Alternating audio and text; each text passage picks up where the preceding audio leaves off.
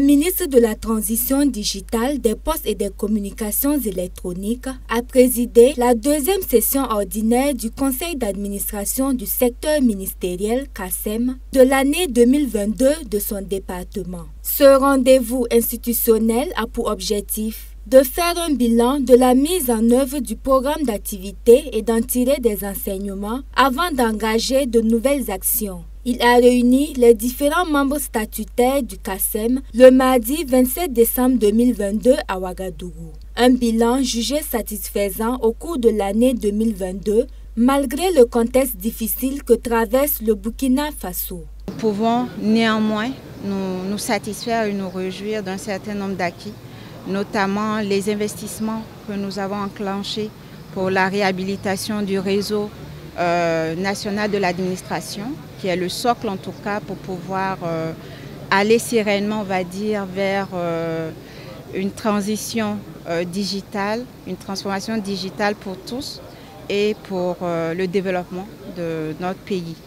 Nous pouvons également nous satisfaire de notre appui auprès de certains sectoriels pour accélérer la dématérialisation des procédures et faire de la transformation digitale une réalité dans notre administration. Il y a également la relecture de certains textes importants pour mettre à jour notre cadre juridique et réglementaire. Selon le directeur général des études et des statistiques sectorielles du dit ministère, le taux d'exécution des programmes d'activité est également appréciable.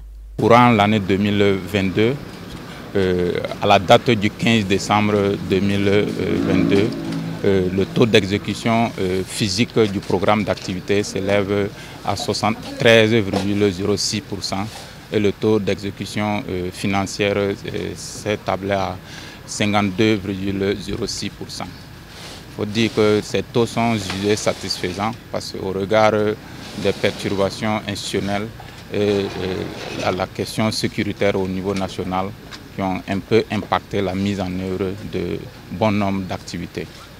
Cette session a été le lieu pour ce département ministériel de faire le point sur les difficultés qui ont jalonné son parcours afin de mieux se préparer pour l'année à venir. Notre secteur est particulièrement touché avec plusieurs installations importantes de l'État et des opérateurs de téléphonie mobile détruites et plusieurs agences de la Poste BF fermées, privant ainsi les populations des services de communications électroniques et de poste et annihilant les efforts consentis pour le déploiement des 10 services sur toute l'étendue du territoire.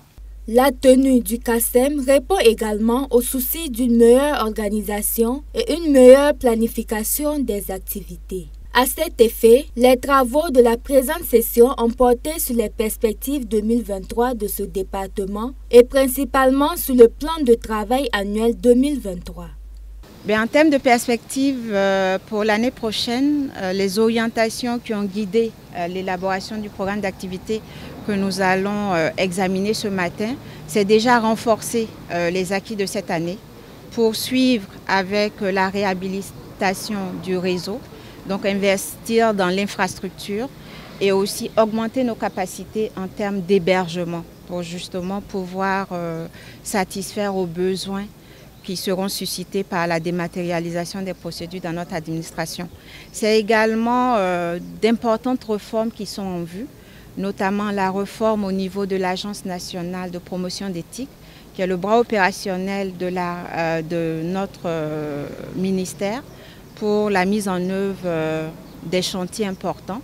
Donc cette réforme va permettre en tout cas de rendre cette agence plus efficiente et en phase aussi avec l'évolution de l'écosystème. Il y a d'autres réformes importantes aussi qui vont permettre en tout cas à tous les acteurs de l'écosystème de pouvoir mieux jouer leur partition en parfaite synergie avec les autres acteurs. Nous allons également accélérer la dématérialisation de concert avec les autres sectoriels.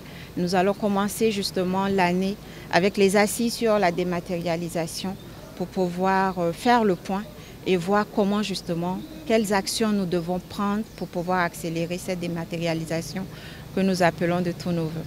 La première responsable de ce ministère a invité l'ensemble des structures de son département à mener des débats francs et constructifs afin de parvenir à des propositions pertinentes à même de leur permettre de relever les défis et de définir les perspectives d'un secteur de la transition digitale, des postes et des communications électroniques dynamiques, fort et ambitieux.